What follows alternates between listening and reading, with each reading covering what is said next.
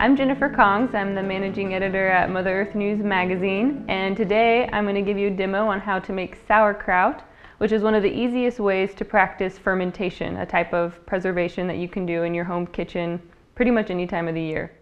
In sauerkraut specifically, it helps release extra vitamin C, and it's also one way to help you digest these foods better. For fermentation, you really only need a few key pieces of equipment.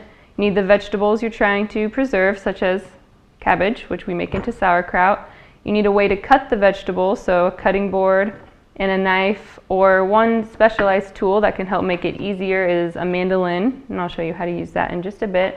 You're going to need salt, and you need a vessel. I like to use one big ceramic crock. That's a pretty traditional way to do it. You can also do smaller batches in mason jars just on your counter in a faster ferment. So let's get started. The first thing you're going to do is cut and quarter each head of cabbage you have. We're just going to do one today, but you can do as many as you have. So you have a bumper cabbage harvest from your garden. This is one of the best ways to preserve it really quickly. So the easiest way is to start by cutting it in half. I'm going to set this first half aside. And I usually go ahead and cut it into a quarter from there. It's easiest to get the core out that way. No, alright, so once I have the cabbage into quarters, you just want to cut out the core, which is best done with just a little quick diagonal cut on the end here, so you can get all the way out. And then I'll usually cut it again into eighths like this, and pull off some of these outer leaves that are a little looser. And one of the best things about making homemade sauerkraut is that you can decide what thickness you want your cabbage to be cut to. So if you want really fine shredded sauerkraut, you can cut the cabbage thinner. But I usually just go ahead and cut it pretty loosely this way. And then I go ahead and start putting it into my fermenting vessel. We're going to have to add salt to the cabbage. That's how the fermentation starts. And you add salt based on weight. So you're going to want to use about 1.5 teaspoons of salt for every pound of vegetable you're fermenting. So this cabbage was about 3.5 pounds, and we're going to add about 5.25 teaspoons of salt. So when I'm about partway through, and the vessel is about half full now, you want to go ahead and start adding the salt so you're not trying to do it all at the very end. So I'm going to go ahead and just sprinkle about 2.5, 3 teaspoons in now.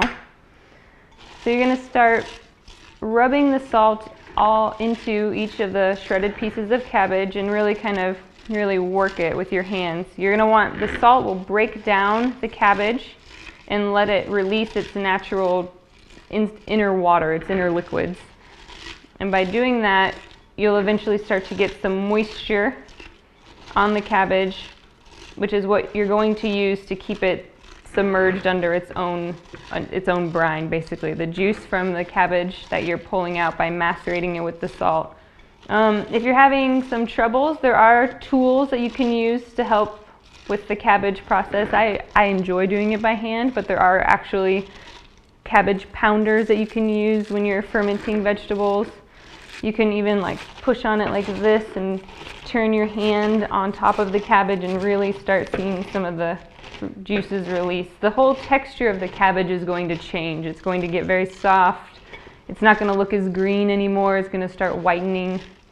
And it happens pretty quickly. I already have, you can see on my hands, I already have all this moisture from pressing on the cabbage. So when we started, this vessel was about half full, and now that I've been working with it, it's not quite done yet, but you'll see that it's shrunk down a lot to about 1/4 full in the vessel. So that's one of the things that happens as you pull the liquids out with the salt through osmosis, that the cabbage shrinks down quite a bit, and then you can add more. One other tool that you can use for shredding your vegetables, in this case cabbage obviously, after you get the core out, you can use a tool called a mandolin, which looks like this. It's just a really quick way to get a nice fine shred on a vegetable. For sauerkraut specifically, there's actually a tool that is basically a big wooden version of a mandolin. Most of them stand about this wide and about this long with one long blade across the middle, the same way this mandolin has a blade. And it's specifically called a kraut cutter. And so it was made for the process of pushing the cabbage across the blade and making the perfect kraut cut. And so what you do with the mandolin is you just put the cabbage flat, cut side down, and push it across the blade, being cautious with your fingers. They're very sharp blades. As we add more cabbage in, I'm also going to add some caraway seed to the sauerkraut. That's my preference, my German preference, I guess. It's the traditional way, it's the way my grandma always made it, and it's the way it should taste to me. But there are many flavor variations you can make with your sauerkraut. You can add apples and carrots if you want to. You can add no caraway. Even the amount of salt is somewhat optional. You want to be sure to use a good amount of salt. You might at first kind of balk at how much salt I'm adding, and that's natural. It is a lot. It's more than we're used to. So now we've added the last of the cabbage to the sauerkraut. And remember, before we only put in half of the salt, so we're going to go ahead and add the rest of that now.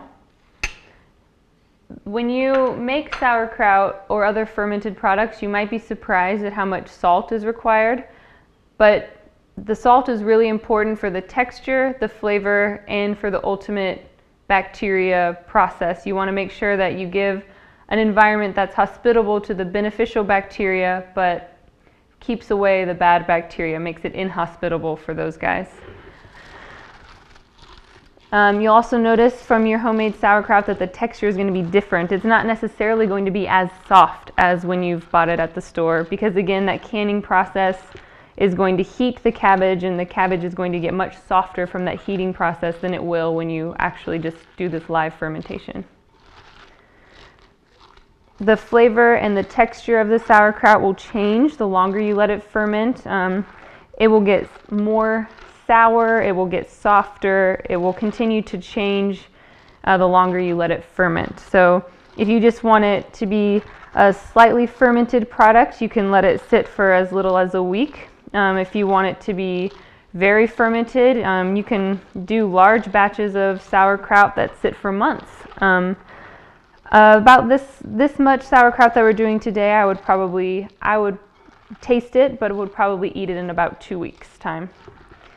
If you do a much smaller batch just in a glass jar on your counter, you can eat that after just a few days.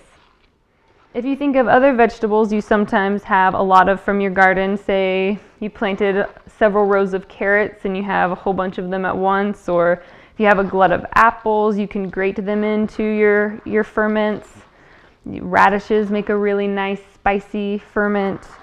So almost any vegetable can be fermented. If you think of beet kvass, that relies on a beet fermentation. It's a drink, but it's still the same initial process of fermenting to release some of those bacteria and also preserve the vegetable for a longer time period.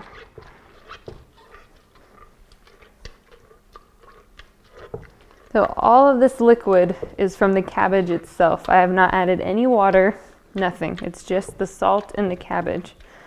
So again, you can see that the cabbage has shrunk down even more than the first time when we were doing this mixing. This vessel is only a third full, and with the amount of cabbage we've added, it would have been completely full before we started the ferment process.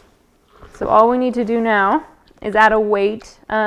Traditional sauerkraut crocks will come with their own wooden follower that you can use. You can use a plate that will fit in here and then weigh it down, maybe with a mason jar full of water, for example. Neither one of those is necessary. You can simply use a Ziploc bag filled with water, and then I usually double fill it just to make sure there's not a leak issue. You just stick this right in here, and so the water will spread out to the size of the vessel, and it weighs enough to keep the cabbage below that liquid line. That's pretty much it with the whole process. So as you can see, it's pretty easy. It doesn't take too much work. We're going to set this aside. I usually keep it in a pretty cool room.